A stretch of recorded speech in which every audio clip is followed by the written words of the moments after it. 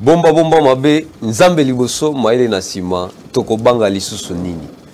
Après autant de critiques, que ça soit na kati ya ba députés nationaux oyo ba ewapi bazali ba tindiki pe impulsion pour la création ya gouvernement oyo Sama Lukonde gouvernement d'union sacrée to en dehors ya union sacrée ba critique ezalaki ebele par rapport à la composition à gouvernement. Mais malgré tout cela, malgré débat lelo, enfin, gouvernement Sama Lukonde investi. Est-ce que, na programme où il y a gouvernement Sama Lukonde, le premier ministre a présenté à brosser programme naïe. Et Zakaka, continuité ya ba promesse, to, ki salume banda, oyo balobaka, nde linge banda sikoyo. Est-ce que tout ça a continuité ou vraiment Moussala ne bandi? FCC Moutawanda qui est bloqué. Mais FCC Moutouas, tu peux impulsion que va investir en lelo lelo. Ezali masolo owapi toko solo la elongona invité na biso na poko lelo ye Azali l'homme du terrain le président Gabriel Mokia Onapesi. Bonsoir. Bonsoir. Et c'est mon makasi ko yamba lelo. Malgré autant de critiques, Bitumbe Zalaki, Bazomituna, est-ce que enfin gouvernement va investir yangoto, va investir yangote, l'élo gouvernement investi. Les mêmes jours, programme présenté, les mêmes jours, les gouvernements investis. Président Gabriel Moki. Un exploit. Parce que les députés Babangi, qui sont dans le bac noir, que Nazana Félix Tshisekedi. Ceux qui vont humilier, ils vont investir le gouvernement, ça Félix to dissoudre l'Assemblée nationale. Donc, Babangi de dissolution. Ce qu'on m'a c'est que c'est la voie autorisée du président de la République. En tout cas, il faut que Banga. Et si on a 280 tokozwa. Si on a boy ko investir, si ko bozo ngaba chômeur, pour que destitution, dissolution eza Namabo, ceux qui bolobi na keko yebisa to dissoudre. Bango tu ba fandini. Eza 10 000 etambola kite. Ngala ebite, ngala kota ba makambo bambongo te. Parce que moni ngai ndenge nazabo ndeko nayo na lukaka bambongo te na ndenge yo zwa mabe po ngai na zwa mbongo. Moi je ne suis pas comme ça. Je ne suis pas né comme ça. Mais je vais mourir comme ça. OK. Na kipa makambo bambongo te. Mais na lobaka nde parole. Na imaginer likambo na bi oyo il faut sala maboy. Bravo, le col a investi le gouvernement. Ndenge idée nanga zalaki sous pression. Ba on ba aussi la pression pour un bon, on appelle la salle ba on pression. Ce qui bon meki sous nazo kene ko bisa Félix ozo dissoudre. Donc Babangi dissolution. Babangi ko c'est normal alors. Baza pe mibali ba se conformer les mêmes jours hein, ba régler ma investi mbala moko. Avant. Lelo. Mais généralement ezalaki que FCC muto bloquer kamakam. Mais lelo makambu ya ba salango kaka lelo et outie pas FCC. Est-ce que oui, un député à FCC muto sengi que non ba investir en avant 18h. Bon outie pas FCC. Ah outie pas député kaka FCC. FCC est un modèle dans la gestion. Naninga suko lobela bango te parce que naza ba un problème te. Biloko même ndako nanga po ezonga bato basi na bango na FCC moto ba créer ba problème bango bazana na pona blocage ya exécution ba décision judiciaire bazana pona blocage mais ngana yaki kolobawa les grands apôtres de Félix Tshisekedi na ebisi bino soki ba sali yango te nazo bisa Félix tozoko dissolution de Salma Babangi dissolution ba respecter Babangi dissolution mais liboso na baki tokoboto la bango 280 députés toboto la bango te. Qu'est-ce que vous le prophète vous me prenez comme qui? Vous êtes le prophète. Na ebisi bino Félix akene na guerre na est akende sikote ba solande ba okende tokotala po bo commission ko Idriss Déby akokende te. En tout cas toko zélande to ebi tokotinda ministre ya défense ba sala makamana so terrain comme bien de Félix okende. Mais ngana yo so makambo bolingo ndima teponi. Merci président Mokia. Bien que bozo mona ba preuve. Yamboto ko na dossier au Italie programme ya gouvernement tel que présenté par le premier ministre. Mais mutuna ya président Mokia. Est-ce que Zali na vie moko eza na valeur koleka vie mususu? Et là que eza na valeur la mort. Quand tu meurs si tu as la chance, tu vas te retrouver avec l'Éternel des armées. Mais les restes, tout ça, on a moukide à Pamba. Imagine-toi, au Sombi Moutuka, le loya kitoko. Au comité na boulevard de 30 juin, Moutuka, au seul accident, et bouki au Pémakoro. Valère ni nezana bavio tout ça. Il y a un moment où tu as la Bible ecclésiaste, ça veut tout est vanité. Vie eza valeur le kufi okuta ina nzambe nde valeur. Mais le reste tout ça kabiso na bino wa lo fundo eza na tina te. Na biso c'est rien du tout. Merci président. Mais il faut faire seulement du bien. Il faut bien gérer pour tika ba prêtre. Mokolo kozala te ata mokolo kolonga musala bate moto ana za moto mama ozole kabe vraiment ba saluer. Ke ba mono wana za mutu ndoki wana mutu mabe c'est pas bien. Merci président. Mais tant que tu as eu comme on a été, n'a pas beaucoup dernièrement c'était la Tanzanie. Oyo, Babungisi président, Balamoko Awa Panabiso des nationales. Dernièrement, au sous le Tchad, Oyo président Koufi des nationales et Panabiso Badrapo en Berne. Mais chaque jour, bah image tant que tout le monde a rapporté dans les réseaux sociaux, aux autres qu'on supporter, inhumain. Oyo bande qu'on a biso baza ko décapiter bango chaque jour. Mais pas de deuil national, pas même une minute de silence. Au signe mon côté pour compatir la bande il y a président Gabriel Moki. Est-ce que c'est normal? Je me pose aussi cette question comme vous. En tant qu'un ancien candidat président de la République. C'est-à-dire que les malheurs, ça n'a pas commencé aujourd'hui, les malheurs du peuple congolais ne sont pas considérés par les gestionnaires du pays depuis longtemps. Vous vous souvenez que c'est Soté qui avait provoqué cette guerre. Alors, le sang qui coule de notre peuple n'est pas considéré par les pyromanes, les provocateurs de cette guerre. Et par exemple, 20 personnes, 50, 40 et les Karaka en Dengouan. Et ça devient mot de moko, il faut tout mettre ça dans l'angle. Or que moi, en tant qu'un candidat pour la République, mes idées étaient que au côté tout le monde kaka peuple moko kaka moi na mboka moko kaka yeba kingai na kolando ti na mboka na. J'étais clair dans mes discours pendant la campagne électorale. Mais la chance ne m'a pas souri. Mais sur la c'est d'observer. Motuna na on dirait bombela inga mo kanu moko po betanga motuna wana bon. Je n'ai pas compris comment tu peux me faire ça. En tout cas, non. En fait, ezakaka tant que tozali komona ce qui se passe sur les réseaux sociaux. Donc, bah image yango on dirait c'est fait à dessein pour na kozokisaka kamite maba congolais et voir aussi les actions du président de la République tourner toujours vers l'extérieur. Est-ce que na minicho isa plus non, ça il est fait comme posture nae loko la président de l'Union africaine. Ça il est fait comme président de l'Union africaine. Ce n'est pas qu'il est contre les Congolais, non. Donc à Bossani, mais comme Ndengo Lobibwe, et Moussoussou a se rattraper. Président de la République a 5 parce qu'il faut alors monsieur Zakamo erreur. Exact. Mais ce que Yoki Balobi ata abiso na Facebook tout ça erreur okomi makamo comme corriger te. Les bato basali yo ba remarque surtout bato ala muka wana bangonde ba yaka po ba imilio pena bato ino bi ko commenter tout ça OK ça ka erreur moko okomi mo eloko mais o vérifier en côté. La moko tanga la zongi ba marche na terrain. Mais c'est là, on vérifie en côté, on commence à comment erreur, mais on corrige kakate. Hein?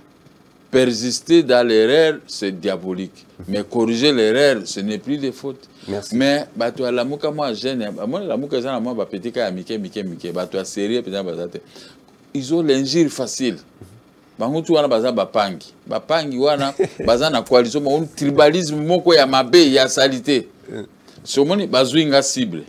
Kofinga ngai parce que na soutenir Félix. Yo poko soutenir Mokonzi Alamuka, oko soutenir qui tu veux maintenant aux ala contre l'autre. Ata bango so ba komi na pouvoir. Biso to loko nga na ebike bazabo to zana bango te nga na kosala opposition nga na ndenge nanga. Mais na kozala contre bango te comme loko la président na kucho to tubani bambeli ndenge ba petit Alamuka ba osala nga na ba Facebook. Il me silte di mato soir. Bazo banga kofinga siko Félix.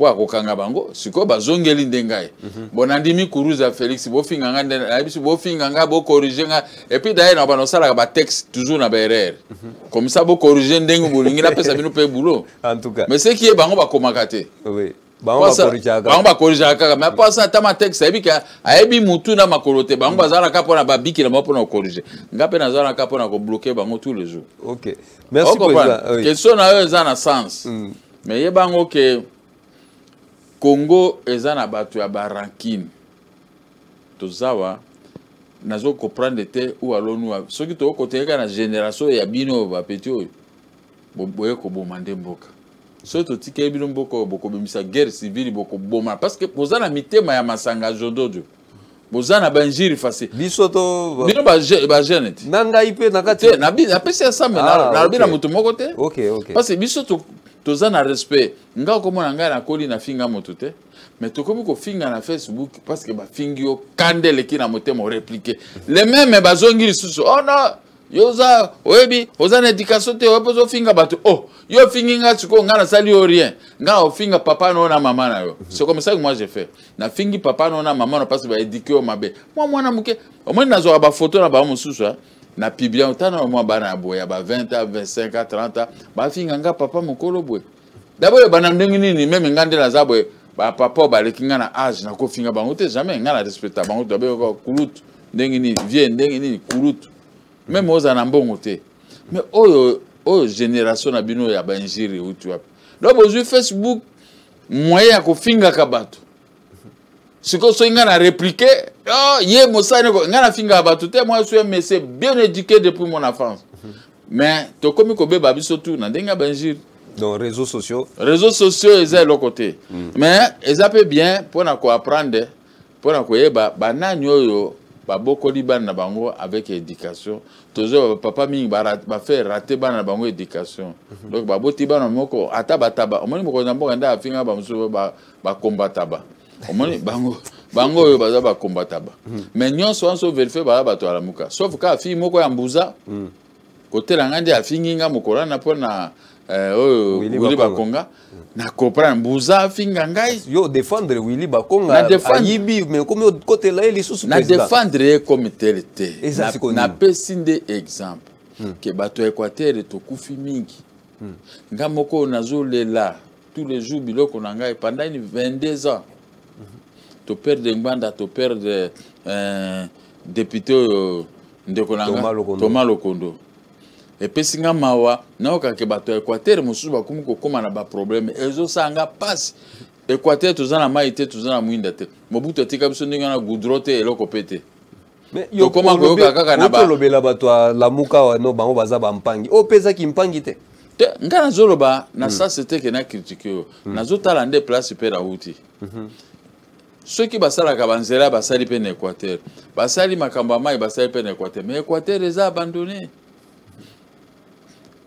même bango bapangi wana et pas na bango pe za abandonné mais bango bazobima pona ko finga bapangi wana si bazana ba mikonzi ebele baleki ba premier ministre baleki ba mikonzi so ke na bandu ndo kutani donc bapangi kaka français na monoko ba yebi français baleki biso tout mais tala nano bamboka ngona bango bapangi mais o kengaso mokono koma mokonzi bandundu partout et kokoma kitoko parce que moi j'ai ce cœur là.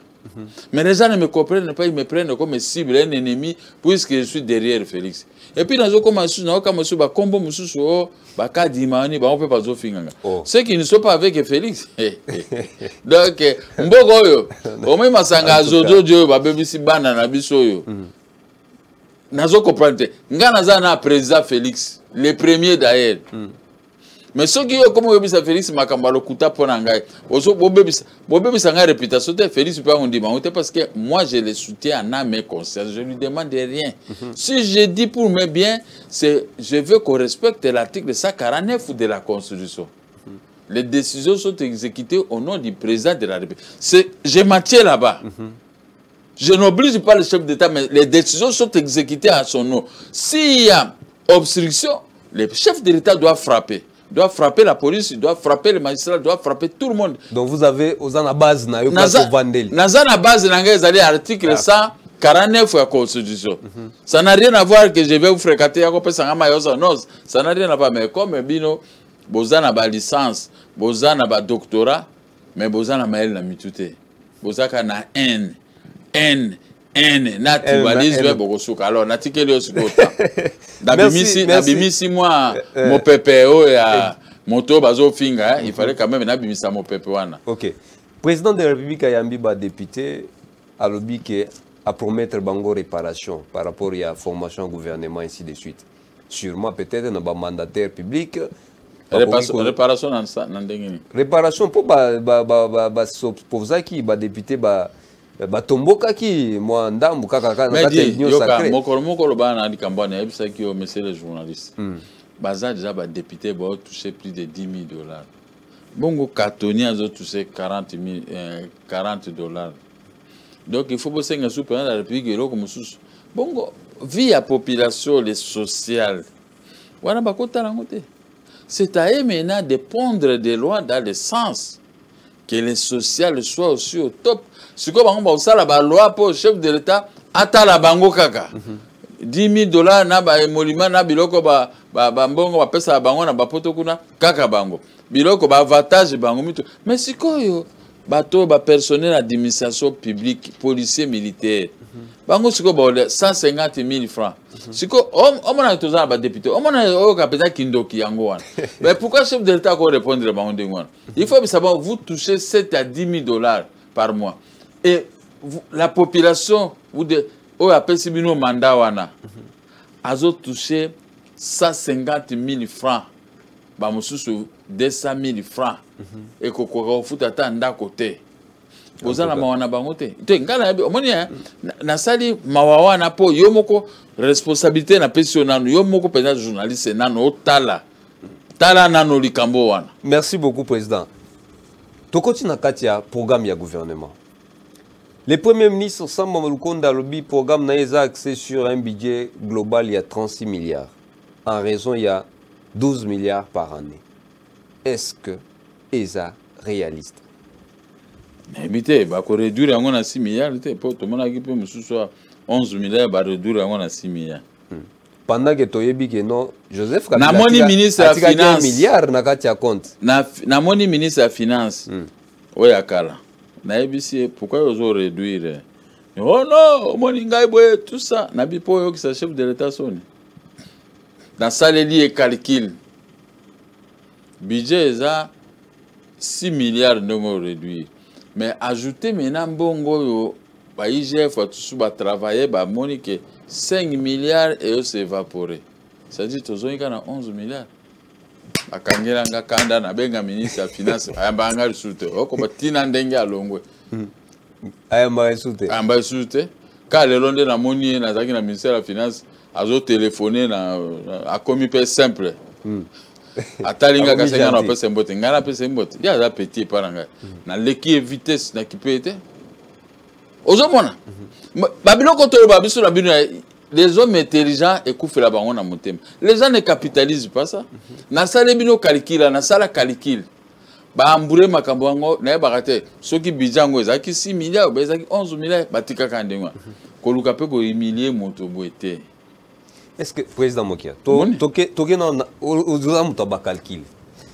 Ndeko Joseph Kabila tiki 1 milliard na compte comme réserve. Pendant 18 ans. Comme, non, il y a un tiki. Pendant 18 ans. Il faut préciser. Exactement. Après 18 ans de gestion, a tiki 1 milliard comme réserve d'échange. Okay. Et en 2 ans et demi, réserve et sous qui est commis 500 milliards. Ouais. Mais monsieur soit là-bas, il faut policier, militaire, agent d'administration publique. La réserve. Mais oui. Maintenant, parce qu'il n'y a pas la production. Il n'y a pas la production. C'est par là que j'ai vu les capacités des gens qu'on nous présente comme ministres. C'est ça que j'ai vu les capacités. Bah, ton habitude à théâtre, bah, mango, bah, baka. Azo sambela kangami soto sambela ye na muninga na ye po bali ya mapa ya zozo mapa ngo bakangi so bomba na poche afungo mon père o nini ozo salo. La Bible dit l'augmentation des paix ici c'est diminution des paix. Voilà maintenant l'exemple je donne homme à théâtre on a été battu à théâtre pour bazagaper na valeur ce sont déjà des valeurs il nous a dit que autrement de leur façon mais tu considères ka bangote mais mon question na répondre à ngona ndenge ya ba mangobo hein diminution de la production diminution des budgets bon sikoyo yebisanga bango bayaki na tourisme obe bayaki po basala pena musala pour peuple andima bango. Président au moins une question na ces candidats président de la République c'est l'homme de calcul. J'aime surtout que poser une question pour na yebi que côté wana maîtrise za makasi. Mais tant que ozolo baete parce qu'il n'y a pas production ndé ngwana baki ko toucher réserve de change. Mais est-ce que exacté aussi parce que la plupart y a des projets où ils ont exécuté, ils en ont budgétisé.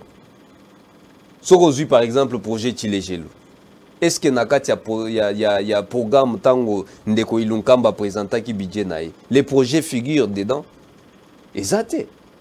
N'est-ce pas aussi l'une des raisons? Et là que nous avons quand vous voulez commettre même une erreur comme ça, pour que cela soit figuré, il faut retourner avec le ministre du budget correctif budgétaire. Mais quand vous le faites comme ça, là, au moins, il y a décision à justice, yango, moto a raison. Mais les juges le contournent par d'autres moyens diaboliques. C'est ça le problème. Quand quelque chose n'a pas été budgétisé, au coquille que ça n'a prévoir dans l'autre parce qu'il y a des intellectuels, il n'y a pas que eux qui gèrent et qui sont intelligents. Il n'y a pas que les jeunes de Facebook qui sont intelligents. Biso bakolo ou to vivre, tous en expérience professionnelle, tous en manière que les kabangunyo sont mon petit ba sisi ba université suko. On comprend. Donc eza ba erreur. Mais ba erreur wana ezo conduire na ndengini. Les projets et comme Kanasukate. Ils seront butés toujours à un problème d'argent. Ça, c'est, on appelle ça en français, tâtonnement dans la gestion. Mais il faut qu'il y ait déjà, pour dire au chef de l'État, ça on ne peut pas. Le chef de l'État, ce n'est pas un cow-boy. C'est quelqu'un qui doit écouter les conseils de ses vrais conseillers. Vous ne pouvez pas trembler, avoir peur du chef de l'État, non. Il faut lui dire les réalités, vous les mettez sur les papiers, vous les donnez. S'il refuse, c'est son échec. Mais il y a des gens qui ne donnent pas au chef de l'État ces réalités. Voilà, maintenant, vous les journalistes, vous avez toujours des tactiques, vous soutirez quelque chose pour poser la question. Ce qui est normal, on ne peut pas vous condamner. Des choses non préparées qui aboutissent toujours à l'échec. Donc l'impréparation, je crois, apparemment, on dirait le président Azo apprendre à erreur du passé. Au moins, nous commis à la gare centrale. Nous avons commis à Batonga, ezaka terrain à BZC, Batongi wan. Et tikalaka ngombo la pamba eloko inachevé. C'est parce que programme basalela ki ango ba respecter tale tikala ndenge wana mbongo ezate pour nos côtés. Mais comment vous pouvez toujours avoir des chantiers inachevés? C'est parce que Maël est peut-être zamouké. Oloba français trop, mais sur le terrain, ce n'est pas tu ne fais pas ce que tu dis. C'est triste. Merci beaucoup.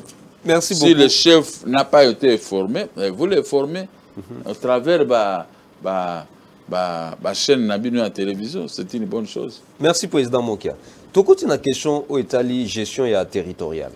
Dans le cas de la gestion territoriale, programme, il y a chef, il y a gouvernement, lobby, pour la zone où il y a des conflits, comme à l'Est principalement, à quoi remplacer gouvernance civile par gouvernance militaire. C'est bien. Donc, au titre commandement, c'est quoi militaire. Gouvernance militaire ne doit pas être associée avec les enfants de l'Est. Ni les Banyamoulengi. On doit écarter les Banyamoulengi, on doit écarter les gens de l'Est. Banyamoulengi, ministère, il y a infrastructure. Infrastructure na défense. Comment Minembwe ekotonga massa logo la neti Afrique du Sud. Il y a pas de problème. Mais ça na kati ya Congo. Ceux qui to bengani bango tout baké. Afrique du Sud wana kotika la pona bino ba Congo toko zwa ba chômeur tout bazana Kinshasa partout na Mbandaka na Kasa et tout ça na bato ba moto ale toko boka bango na Minembwe. Omoni Rwanda bengana yazo na mboka no moni ba kokima ba moko. C'est no matika ba mbatonga. Mais le risque, il y a mesure et koki kozalanine. Parce que la décision peut être bonne, mais ce qui n'a qu'à application, va tenir compte, il y a moi, préalable était, risque et danger koki kozalanine. Mais Wana Zama, comme le Premier ministre Moto a se prononcé, il doit suivre ça jusqu'au bout. Parce que on peut pas faciliter, pas soutenir na Rwanda, na Ouganda. Pour pas créer un désordre. Mais quand tu prends position, le quoi position dans la joie qui, si je suis ministre de la Défense, voici ce que je vais faire. C'est à mes risques et périls. Donc, tu as là, le coup a une décision, mais bien sûr, tu as colonaé, tu as bisaye boy. Joie basoda au bazali apte, il y a Équateur, au bako trahir mbokate. Longola bato tout wana ba généraux ba colonel tout bazo gérer est ba longwa tia bato ya sika okoye ba vérité o comprendre parce que ba wana bazo tonga ba omali bandako ba tonga na Kinshasa bazo bomba bongo na Rwanda Uganda na Poto mais sikoyo bazo créer kaka imbogrio wana il faut troubler za la kana bazone comme ça soki bango bato ba trouble bazate akomona clair moni idée nanga o na contribuer pa ne yango il faut longola bato atia bato ya sika o bayebi makamba ko timola ba orte ko timola ba biloko ni ba kasiterite na biloko mususu ya mwindu wana ba uranium bon o ba Rwanda ba sala izini nango epana bango epana biso ba cobalt e ko sort hein alors il faut ko écarter bato wana au débris terrain siko bato baye mingi bayebi lingala kaka bayebi lingala bako vérifier siko kaka bato ya mboka ndambo ya babantu po ba Rwanda basisa ko boma ba batu nyonso na est hein moni bilongeza kuna ka morphologie ya bango wana c'est-à-dire que devant les référendums boko gagner rien parce que ba Rwanda la bango ba mi komisa ba congolais parce que ba congolais tout parce que ba éliminer bango Kagame a sala musala na est. Donc, on a mon projet PO sur le recensement. Ils ont tombé à point nommé pour éradiquer le système Bango. Parce que le Premier ministre en a aussi parlé. Mais Bango, ils ont une carte d'électeur. Donc, le recensement, ils ont aussi primordial. Mais ça bien, il faut voir. Au moins, le long des mandats à président de pays Koueko Banda, pour Banda recensement. Donc, il faut continuer dans la logique. Parce que Félix a travaillé. Parce que ce sont les mêmes gens associés avec lui qui l'ont embrouillé. Ils l'ont embrouillé. Nous avons ces candidats président de la République. Mon programme est toujours là, et surtout dans ma tête. J'ai mon programme dans ma tête. Il faut mandat na banda. Quand les députés ont décidé mandat banda, c'est ceux qui seront des gagnants. Bah, glisser peu. Ouais, bah, on va glisser ensemble parce qu'ils. Hein? Va glisser ensemble. Il ne faut pas glisser. En tant que député, il ne faut pas glisser. Mais il va bénéficier toujours. Attends, Bagangi, il va bénéficier. En tout cas, hein? Président Gabriel Mokia, ce qui est une mesure que le Premier ministre a annoncé, il y a qu'à changer gouvernance civile par les gouvernances militaires et la présence, il y a MONUSCO. Comment cohabitation est-ce que les sont opportuns, ceux qui a opté système Wana, est-ce qu'ils sont opportuns il y a qu'à garder toujours MONUSCO? Ce qui c'est la restructuration de l'armée. Oui. La majorité na est originaire de la province de l'Équateur. Pourquoi l'Équateur? Oui, parce que ce sont des gens sérieux, corrects. Oui, ce sont des gens sérieux et corrects. Mais quand il y a Willy Bakong, ils ont contredit. Bon, quand il y a Yuma, à Fouta, la taxe c'était à douane, 800 millions à 200 millions. Na ba Willy Bakong na ye, nanyo azapeza assassin. Donc, c'est correct, ça. Bon, on a toujours le côté politique, mais côté armé, nous avons tenu le Congo pendant 32 ans. trahison ezalaki te mais oyo trahison nga no to so na moyi toza ba congolais mais na butu yo commune wa def na lo comme bomaka donc il y a pas de sérieux ota ba originaire ya province ya Équateur to ba kisinda ba bandundu baluba et consort ba kei to ko récupérer est et kozonga moi paradis. Il y a or, il y a tout là-bas qui sont exploités gratuitement par les pays voisins. Mais bon, il y a qui n'a d'elle. Baza toujours ba combinar. C'est ce qui sont en train de créer l'imbroglio dans la gestion de l'Est. Monusco à ce moment est aussi la valeur. Bango pe Monusco pe baraka bato ya ba combine na ba char na bango. Okuta kaka ba minerai ya Congo na kati bango moko pe tarakaka. Hein? On comprend? Il faut ezalande donc d'après ngai il faut ezalande il faut batia bato à est te lokuta. Batia bato à est te. Merci d'abord.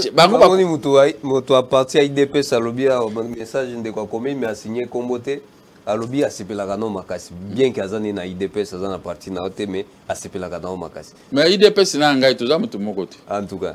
Ato bazo kotaka na combo à IDPS pour bafinga. Moi je ne vois pas quelqu'un de IDPS qui peut m'insulter jamais. Nga nazana IDPS mariage boy. Ozo comprendre hein? OK. O biloko tu bato alobaka ngana soki déjà na lingi mokonzi ya IDPS. Bongo a fortiori mais bango balingaki ka Etienne Tshisekedi grand maître. Mais loko bazo boya mwana naye. Est-ce que balingaki Tshisekedi? Merci pour. O comprendre mais ngana lingaki vie Tshisekedi grand maître na lingi pe mwana naye. En tout cas. Na lingi pe IDPS. Donc tozanga na bango. So ezali kambo IDPS so angala motema. Donc omonaka omoni mokomoko bazu idée. Premier ministre moko abeya ke no botola nini siège ya IDPS. Ngala uto bima prison. Ngala bango to baloza ka mwanginda to so na Facebook. Mais là na yoko ka ba yimba botola ba biso ba yimba botola quartier général vie no Tshisekedi. Na préparer ba militant na biso bango. Oya ko meka ko tia makolone yake no botola immeuble IDPS de côté ngai pe koto toko sale batika kite.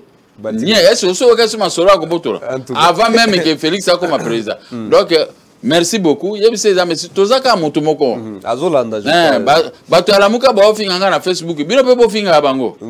Botika ngande ngwate na okufira nde Félix. Merci beaucoup mon cher, merci. Merci président. Président, ce qui Monusco est aussi la valeur après changement où le Premier ministre a annoncé. Il y a certaines personnes où bazali ko soutenir, c'est-à-dire ko supprimer l'Assemblée provinciale. On dirait et ça les locaux mon côté. Est-ce que nakati ya système ango ya changement ango idée OEP ozali ko soutenir yango to oza na avis contraire? Bon, on appelle l'Assemblée, on a donc, ils ont parmi les institutions budgétivores. Pour eux, ils ont un conflit. Vous savez, bazo sa loko la film moko a lui de finesse na talaka na bana na mwa nanga le fait Yves Moki a mwa nanga boti en 1979. Natika na souvenir nzamba pesinga la kisinga eka boy. Après moi na koyi mokolo akoma ka baaje na mokolo kwa bino boy pe moi na kufi. Oh là. Natali film moko to banota na bango quand il m'aimait beaucoup pour ba Bruce Lee na film à lui de finesse yango to banota la mingi na ndako. Mais na ko mona na film moko le gendarme se marie. Na kati wana lui de finesse bako ça l'examen. Yoka bien. Bako ça l'examen. Hein? Question à poser, quel est le rôle de la gendarmerie dans la population ou tout ça, quelque chose comme ça? Question simple, tu peux définir ça. Lui de finance abimisi, babilo moko ba équerre, ba gomme, ba late, ba biki, malette, donc ba poser question ba to abandi okoma baninga. Ya zucha zuina no kaye moko atie, akati ligne, a tourner bo akati. C'est la même chose. Donc, il ne va pas aboutir à un bon résultat. Mangungu. question on a répondu Mangungu. Mais la réalité des faits, ils ont comme sous. Donc l'Assemblée provinciale Mangungu a pas. Bazaka Mangungu. Au moins n'engagez lui de finance à dire chef Gerbert, à déranger Kaye, à tiena nos montres cran à témissiango les ring. Mais moninga ne a toki na kutukazo koma. Mais on a ça bavanti. Ils ont des assemblées provinciales. Bango balingi mosalate. Zela na na episode kamoko. Au moins zela mama yemo na assemblée provinciale les aliti. Soko pusani okomona gouvernement provincial. Vérifier nanu wana nanzele que la mama yemo babenga onu wanga tavala. Lena zaki mwana mukepe na ka vane pa mwasi anoko na ngai na veni moko wana metozo ya wanga ta kokima mbangu tina wenzi wana na eska ba joueur ba no sala ba entraînement. Biso tozo ya wana zandu moko ezaki wana ya mamu nene. Nzela wana wangata ebe soki mbule beti meka kokende nzela wana okomona mais tourner siko esika gouvernement provincial ezali policier mo tema kana soki ba policier ba moninga papa moki alobela ngabe na lobeloni yo de ça rapport na gouverneur de la vie hein avenue wangata avenue Kasai banda ba belge avenue résistant lokolo wana ezate. Mais et Panzani côté ngape na vandi ba côté wana et Panzani baby mais eza mosala na bango gouvernement provincial quoi interpeller gouverneur de la ville pourquoi mais il ne faut rien mais ceux qui n'anda ko no moko komba kate okobima ko noko ko critiquer ndako baninga bon yo moko zo kite bon wana kune pana est-ce que bona bazabatu na zomona na assemblée provinciale na zomona te donc mosala moko te tina nini na bango tina nini na bango tina nini wana eza ba aventure eza ba aventure mais mokonzi ya mboka il faut na ministre intérieur il faut ba étudier question vraiment pourquoi ville cause de salité bango assemblée kaka otolongoli yo yepe akio beta match kuna azongi na ndengene donc bazaka au moins théâtre ba osaka théâtre mais il n'y a pas la gestion mais ngai au moins quoi ba moto ba tiango na Kinshasa.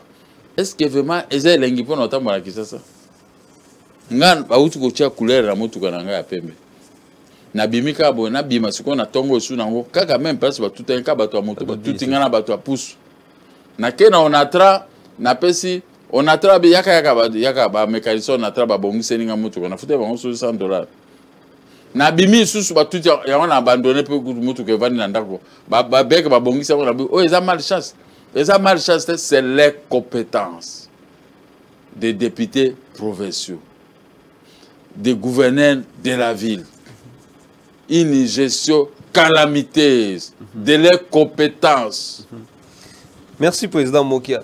Président, le Premier ministre aussi, le programme du gouvernement, parce que qui ça le bandangonde, tozo espérer que bandinde lelo. Et que banda pété. Et au bandate.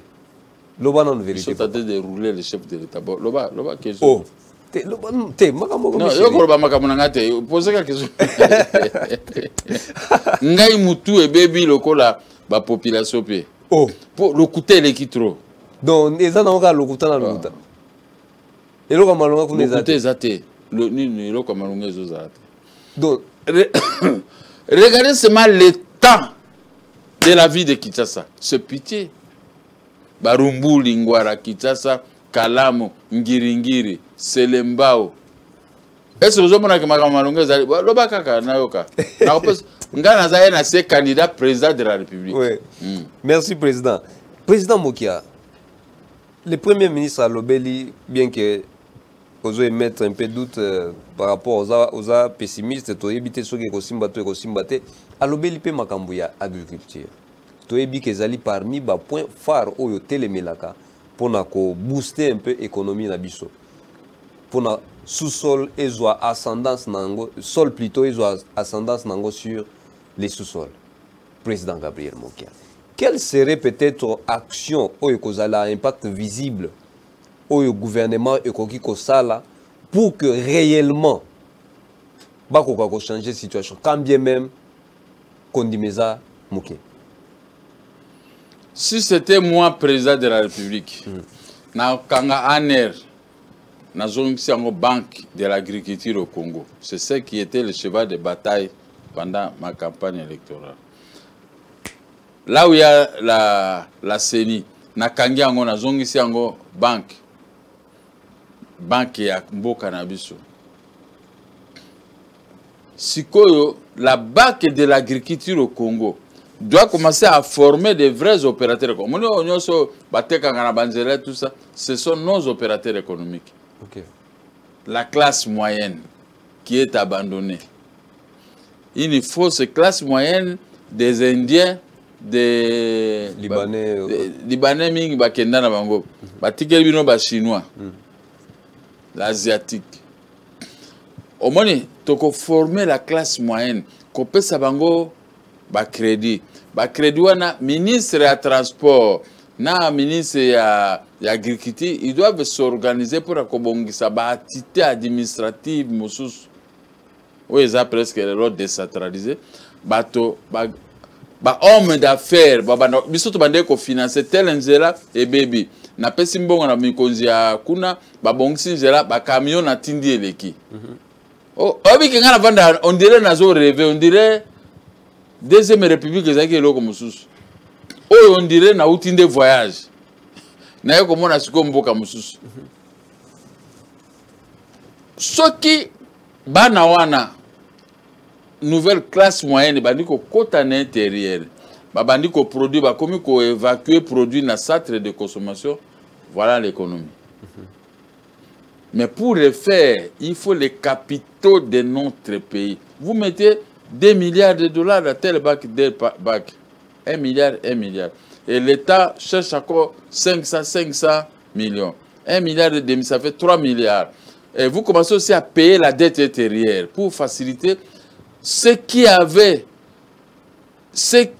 sont découragés comme nous dans ce qu'on faisait parce que notre argent est bloqué au ministère des Finances, on ne paye pas. On paye que des individus sans qualité.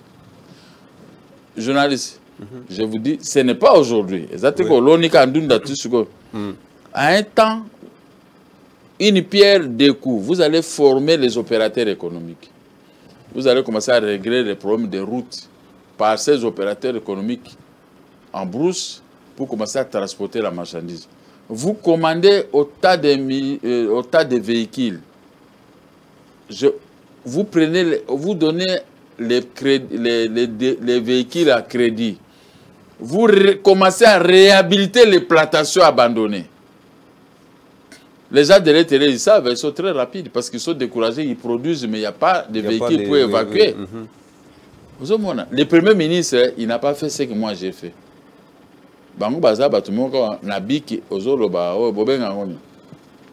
Discours. Discours. Si les pas pratiques, c'est quoi le pratique, moi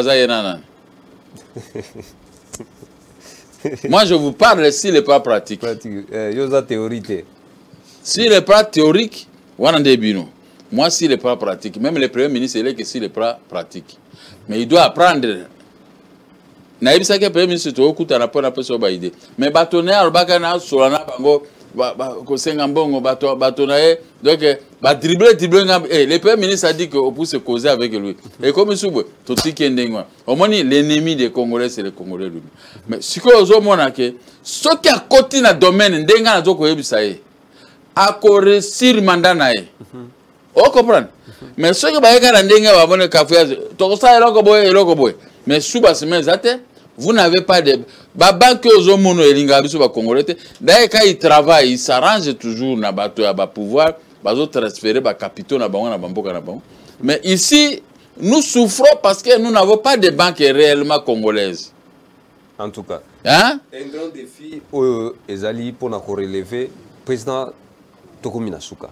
Mais Yamboto Suki ça, toko tika pe question était Premier ministre Abosa qui moi ba question moi belé. Mais à l'obéla qui peut dossier tali justice. En tant que victime, il y a mauvaise application, il y a pas décision judiciaire. D'une part, quelle serait un peu une sorte, il y a impulsion au Premier ministre à qui comme dans le secteur judiciaire pour que Makambo change. Parce que sans justice, impossible que Makambo réussisse.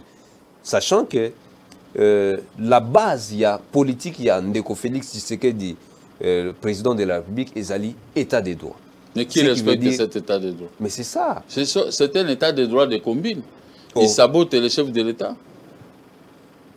Comment expliquer que ministre Moko Akala bisinga président Mokia na yo kaka mawa ngai na signaka yo mokanda po conservateur a réhabilité ba titre na yo ya bino ya 1996. Moi c'est le président de la République a bengi ngana butu anile loko wana Olive Lembe pour ne pas la citer. OK. Mais ce qui justice est commis na matobazo ko de tiers intervenants. Tozawa bazolinga ba réhabiliter ngai na makamunanga mais ba force extérieure ba sécurité ba service nyonso bazo benga ka ba juge ko ça le côté. Bon, l'air siko ngana toza na problème. Surtout que la justice, nous sommes toujours nous sur les mêmes pieds d'égalité. Ce n'est qu'après la plaidoirie que les juges vont comprendre qui a raison, qui a tort. Mais une force obscure qui arrive, juge comme ça la beauté. Sinon, attention, on a créé un problème. Le juge peut pas perdre de famille, il peut pas rater. Bon, on est comme sur l'état de droit. Mais le chef de l'État n'est pas au courant parce que Bango, le chef de l'État, il dicte les juges. Quand une justice est dictée par les gens, donc, Bazo jouer dans le trafic d'influence. Trafic d'influence, c'est grave. Mais vous n'avez pas assisté à la plaidoirie. Mais vous dictez pour donner raison à X. Élément Moussous. Justice, le président d'un tribunal rend une ordonnance à ma faveur. Cette ordonnance est sans appel. Mais des forces obscures viennent. Quel est le président du tribunal de Grand Stade à Gombe? Comment il est menacé? Pour un dossier, il est menacé par les hommes forts, alors qu'ils n'ont pas raison. L'ordonnance, on a cette ordonnance, on a commencé, on a expulsé que 2 personnes. Oh, et Tikali, comme cité, oh non, d'accord, maman Olive Lembe, et quand il y a cité, oh, ils ont un ennemi, oh, bazab associé, un groupe est associé. Or que Joseph Kabila, mobile n'a pas azapé. Mokonzi abatoyon soana motazongi sa mpenda kwana alba loko e debso na négociation monga lema bozongi se banda kuna Sami Badi banga premier ministre sali pe mokanda nazana mokanda wana. Mais il y a déjà plus fort que Joseph Kabila, plus fort que Félix Tshisekedi, plus fort que la justice qui interviennent. Alors la bête noire c'est le général Kassongo. Bazo elaka mikanda. L'exécution doit se faire d'abord. Mikanda on a même la justice oui, qui avait rendu la décision. Mais vous allez bloquer auprès de l'agent chargé de l'exécution. Bon, admettez le roi le mandat pour Bakanga. Neka Bakanga, biso ni Bakanga, biso kwa basoso. Siko yo, motomoka ya wa cassé mandat wana qui n'a rien à voir avec la justice. C'est ça mon cas.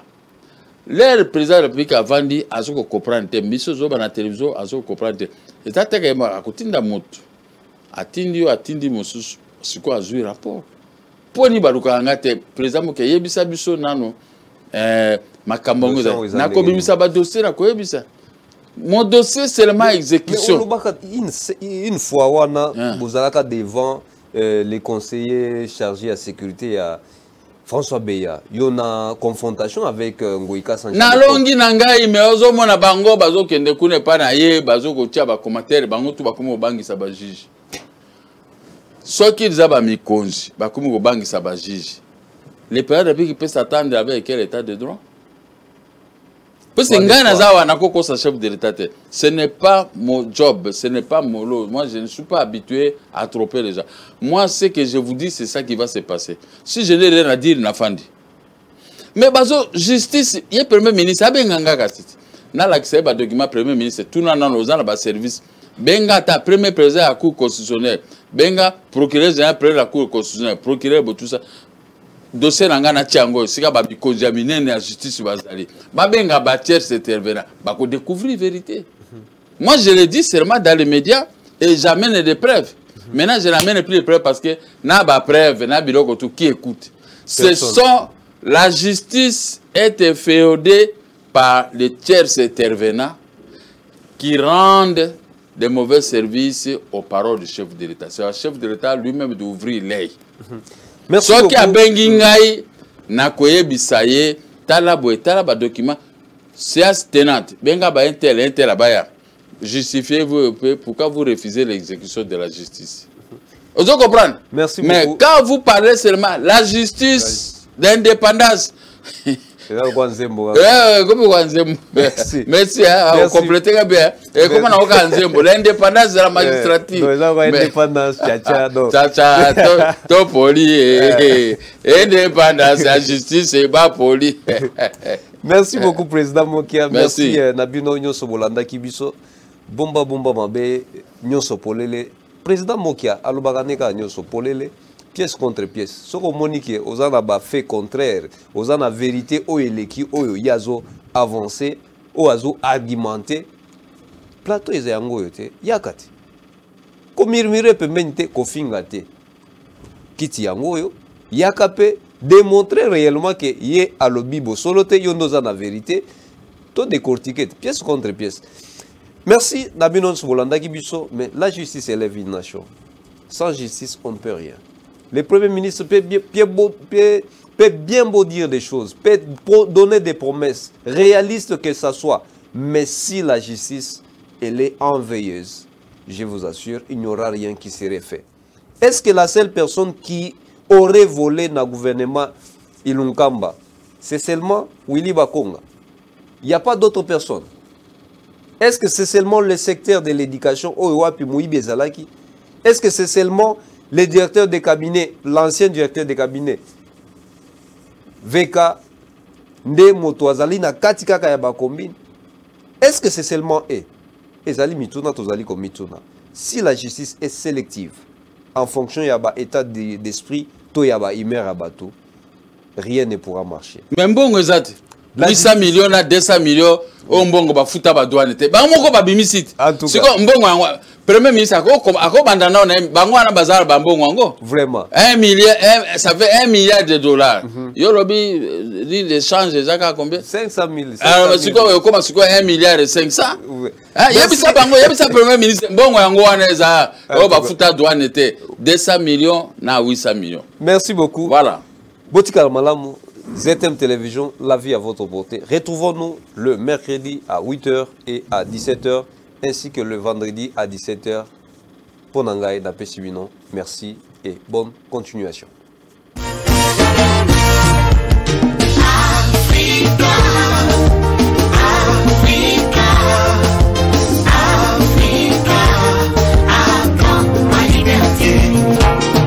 De la main gauche, vous m'édonnez, de la main droite, vous m'arrachez, plus que ce que vous m'avez donné, à quand ma liberté. Africa, à quand ma liberté. Vous amassez des ressources chez moi, après vous me les prêtez. Cela est un poisson fait, déliez-moi, je vous en prie. J'ai essayé de m'épanouir pour liguer mes fleurs contre moi. J'ai essayé de me libérer